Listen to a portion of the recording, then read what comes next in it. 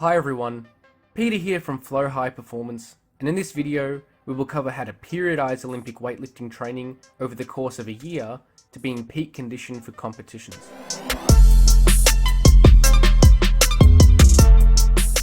The first step when creating an annual plan for any sport is to establish what dates the competitions or competitive matches will be. For the sport of Olympic weightlifting, an athlete will likely have one or two important competitions that they will be competing in throughout the course of the year. They may also have other less important competitions that they will do as practice competitions or to qualify for the other major competitions. All of these competitions should be included in the annual plan and ranked by importance. Let's use an example athlete to create an annual plan for. Let's now input the competition schedule for this athlete. We can see here that the athlete has two primary competitions throughout the year in weeks 24 and 48, with two less important competitions between these two primary ones in weeks 13 and 38. Let's say for this example that the first important competition is the state championships and the second important competition is the national championships. The other two competitions are open events that are simply used for qualifying. Now that we know when the athlete's competitions are, we need to establish when the athlete needs to be in peak condition.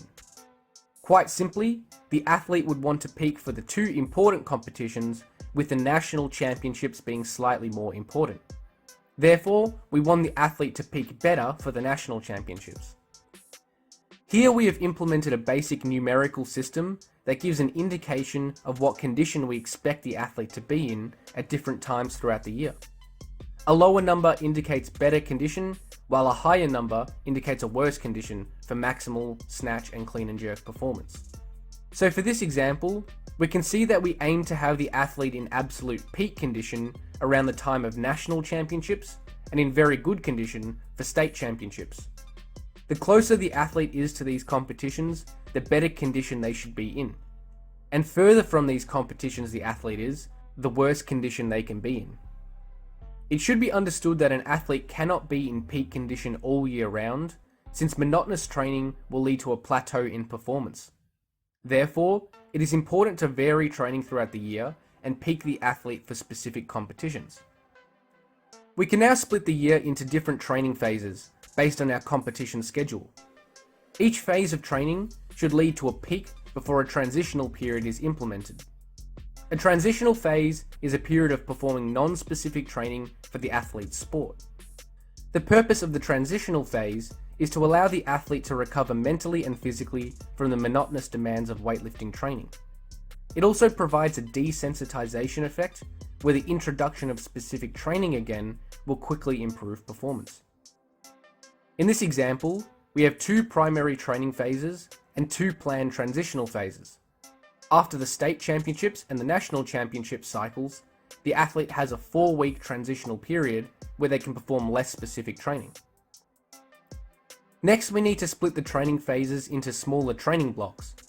These blocks are essentially mesocycles, like the ones created in the previous video. Breaking up each phase into blocks simply makes it more manageable to program, as training can be programmed in blocks rather than writing entire cycles. This also allows the coach and athlete to adjust training based on how the athlete is responding. So we can see here that the state championships phase has been broken down into 6 blocks and the national championship phase has been broken down into 5 blocks. Each block is 4 weeks long, allowing 3 overloading weeks and a 1-week deload. And now we can finally plan the general training progression to be applied for each block. We have applied our 3 general progression models at different times of the year based on the competition schedule and when the athlete needs to be at their peak. These progression models are explained in detail in the previous video. We can see here that the first 3 blocks of the state championship phase follows an accumulation progression. The next 2 follow an intensification progression, and the final block follows a realization progression. This will build a large general base since a long accumulation phase has been employed. However, only one realization block has been implemented, meaning that the athlete probably won't be in their absolute best condition, since they aren't being exposed to highly specific training for very long.